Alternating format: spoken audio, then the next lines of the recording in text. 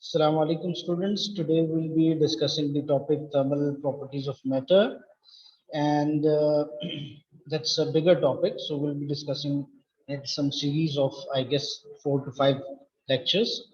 So I'll be sharing with you first of all the content and learning outcomes. Main contents are heat capacity and specific heat capacity, and then we'll be discussing this topic from ATP point of view. Then we'll be discussing change of state, then latent heats, then evaporation, and then thermal expansion of solid liquids and gases. Okay, so these are the topics which we'll be discussing in this chapter. So I'll start the discussion right away. First of all, heat capacity. Heat capacity is a thermal property of a substance that tells you the amount of thermal energy required to bring a unit temperature change in a substance. For example, if you are providing thermal energy to a substance, so how much energy will be required to raise the temperature for by 1 degree Celsius? Okay? So we can define it like thermal energy required to raise the temperature of a substance by unit temperature. Unit temperature means 1 Kelvin or 1 degree Celsius. Um, 1 Kelvin is your SI unit, but magnitude wise, 1 Kelvin is equals to 1 degree Celsius temperature change. Okay, so symbol for heat capacity is capital C, symbol for thermal energy is Q, symbol for temperature change is delta theta. Delta means change in something, theta is used to show temperature. You can also use capital T to show temperature change. Capital T is also used to show time period. It is also used to show temperature. For thermal energy, you can also use the symbol capital E. So I thought I should familiarize these symbols to you so that you can find these quantities in different expressions. So we can relate heat capacity as thermal energy upon change in temperature. I would like to tell you why, what does that mean, keeping something in denominator. So I give the simplest example here, that is for speed. Formula for speed is distance covered upon time taken. So you also say that distance covered per unit time, distance covered in a unit time. And if the answer is, for example, 8 meters per second, so you will say 8 meters distance is being covered in 1 second. So here Q upon delta theta means thermal energy per unit temperature change. So whatever is in denominator, that quantity will be unitized. So thermal energy required to bring a unit temperature change. Okay. So Acha, you will have to use the relations to deduce the units of these quantities, because the quantities in this chapter, those quantities doesn't have specific names. So these units are written in terms of SI units. So here you can see thermal energy per unit temperature change. So if you put in the unit for thermal energy, that is joules, and if you put in the unit for temperature change, that is Kelvin, so your unit of heat capacity will be joules per degree Celsius or joules per Kelvin. Okay, I hope that is easier. So we can attempt a question related to that. How much thermal energy will be required to change the temperature of a piece of copper from 30 to 100? So we are given a specific temperature change that shows delta theta is 70 degrees Celsius. Now, heat capacity in this case is given 200 joules per degree Celsius. And you have to calculate heat required or thermal energy required to bring that temperature change. So put the values in the form of formula. You had C is equals to Q upon delta theta. Rearranging the equation, you get C into delta theta is equals to Q. Means thermal energy is heat capacity into temperature change. So that will be, I guess, 200 into 70. So uh, that will be 400 joules. sorry, 200 into 70, that will be 1400 joules. 1400 joules is the thermal energy required to bring that temperature change. Okay, so we are increasing the temperature of that substance. It means thermal energy will be provided to that substance. Okay, question number 2, what will be the heat capacity of 690 joules of, if 690 joules of heat is released when a piece of iron cooled from 70 to 40 degrees Celsius. So here substance is providing thermal energy, substance is releasing thermal energy, so that thermal energy will be absorbed. So piece of iron cooled from 70 to 40, so temperature change will be 30 degrees Celsius, and thermal energy is also given 690. So you can calculate heat capacity as Q upon delta theta, 690 upon 30. So that is giving you 23 joules per degree Celsius. So I hope that is also easier. Then we come to specific heat capacity. Specific heat capacity involves mass of the object. Previously we discussed heat capacity. Heat capacity didn't have a mention of mass.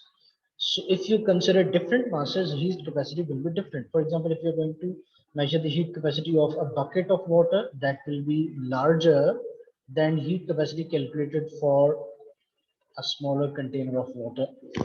So that will be different. For less quantity, it will be lesser.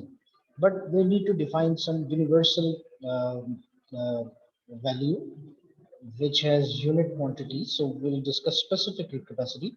So thermal energy required to bring a unit temperature change in a unit mass of a substance means we have 1 kg of a substance and we need to increase the temperature by 1 degree Celsius. So what will be the temperature, what will be the thermal energy needed to do that? So symbol is small c, and thermal energy per unit mass per unit temperature change Q upon m delta theta, or you can also write it alternate units, that is E upon m delta T. So we can rearrange the equation. This equation can be rearranged if we multiply m delta theta to the other side. So we get Q is equal to mc delta theta. Okay, where small c stands for specific heat capacity, Q for thermal energy, or it can be E, capital E, delta theta for change in temperature, or it can be delta T unit. So you can use this relation to find the unit of specific heat capacity, because specific heat capacity is the subject here. So Q upon m delta theta means joules upon kg degree Celsius, joules per kg degree Celsius, or joules per kg Kelvin. So you must be practicing these formulas. Written practice is required, and you must be attempting uh, more than a couple of questions to internalize the formula, and you must be using this equation to deduce the unit of specific heat capacity. Okay, so moving on. So we have I've put some related questions. What is the amount of energy required to raise the temperature of 2 kg of copper from 30 to 80? So delta theta here is 50 degrees Celsius, mass is 2 kg, specific heat capacity is also given, and what is the amount of thermal energy required? So Q is equals to mc, delta theta will be used, and mass will be put 2 kg, C is 400 joules per kg degree Celsius, change in temperature is 50 degrees Celsius, thermal energy will be 40,000 joules. So I hope that will be easier, it won't be difficult. Now, second practice question, you can do that yourself. Practice question number 4. I have put the solution here to this one. So at first attempt it, and then you can match your solution with this. We can move on to our practice question number 5. It's a bit more data. 0.5 kg of orange squash at 30 degrees is placed in a refrigerator which can remove thermal energy at an average rate of 20 joules per second. How long will it take to cool the orange squash to 10 degrees Celsius? Okay, So 30 to 10 degrees Celsius, thermal energy will be absorbed from Bohr squash, or you can say it will release thermal energy. Specific heat capacity is given to you, 4200 joules per kg degree Celsius. Mass is also given. So what do we have to find? At first, we need to find out the thermal energy released in this case. And then we can use this data, average rate of 20 joules per second. So we'll be able to calculate time from this. So Q is equals to MC delta theta, M is 0.5, C is 4200, delta theta is 20 degrees Celsius. That gives us Q 42,000 joules. Now using the data, 42,000 upon 20 gives us 2100 seconds, and it can be used to minutes and uh, hours also. So I guess hours will not be needed, but you can convert it to minutes. Okay, I hope if you have any questions, you can put in comments and we can discuss those questions. Practice question number 6. Okay, here uh, we have some more scenario. One of the objects will be losing heat, the other will be gaining heat. So if we have an ideal environment, then we can relate those two. We can equate those two. So 0.3 kg of water at 100 is poured into a copper vessel of mass 0.1 kg at 30. So water is at a higher temperature, 100 degrees Celsius, and copper is at a lower temperature, 30 degrees Celsius. Masses of both are given. What is the final temperature of water, assuming there is no heat energy lost to the surroundings? So if no heat energy is lost to the surroundings, so whatever heat water will lose, copper will gain that. So we can equate those two. Rest of the data is also given. Specific heat capacity of orange and copper both are given. Okay, it should be water.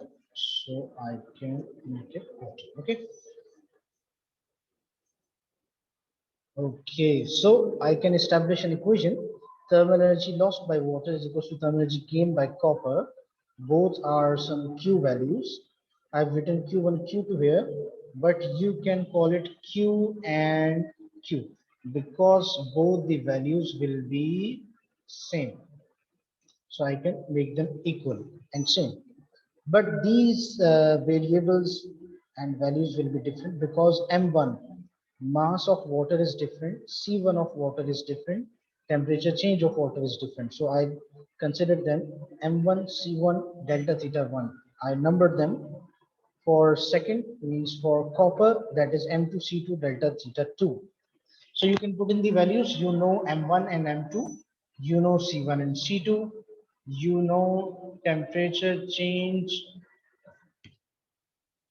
of copper. No, sorry, you do not know both the temperature changes. You do not even know delta theta 1 and even delta theta 2. So let me tell you one thing. Initial temperatures of both the materials are different. Water is at 100, copper is at 30 degrees Celsius, but final temperature of both the substances will be same because both will be in contact for some time and the final temperature of both the substances will be same. So we can consider a final temperature theta which is same for both of them. So let's see how we have put the values. Mass 1 of water 0.3, copper 0.1, C1 4200, C2 400. Temperature change of water is 100 minus T. T is some final temperature. So temperature change of water is 100 minus T, and that temperature will be higher than the temperature of copper because copper will be increasing its temperature. So that will be T minus 30. So if we solve this equation, we get T is equals to 97.8 degrees Celsius. So I hope you'll get it. If you have a question, you can put up your questions. Okay, sea breeze and land breeze. That's a concept which we discussed in uh, transfer of thermal energy. We said, but we did not discuss that in that detail at that time. We said that water takes longer time to get heated and water during the daytime, and during night time, water takes longer time to get cooled. Why is that? Because specific heat capacity of water is higher, so it will take long. Under the sunshine, both will be getting the same thermal energy, land and water, but water will be taking a longer time to get heated. So in that lapse of time, land will heat up quickly and air above it will rise, and air from sea will come to cold air from sea will come to replace it, and a convection current will be set up, which will be known as sea breeze. Finally, till the evening, water of the pond that gets heated. And what happens during the night time, that water will now take longer time to get cooled. So what will happen now, that air above water will rise up and air from land will come to replace it. So that will be known as land rise. I hope you get it. We can move on to some alternative to practical discussion. So I'll discuss that in the next video.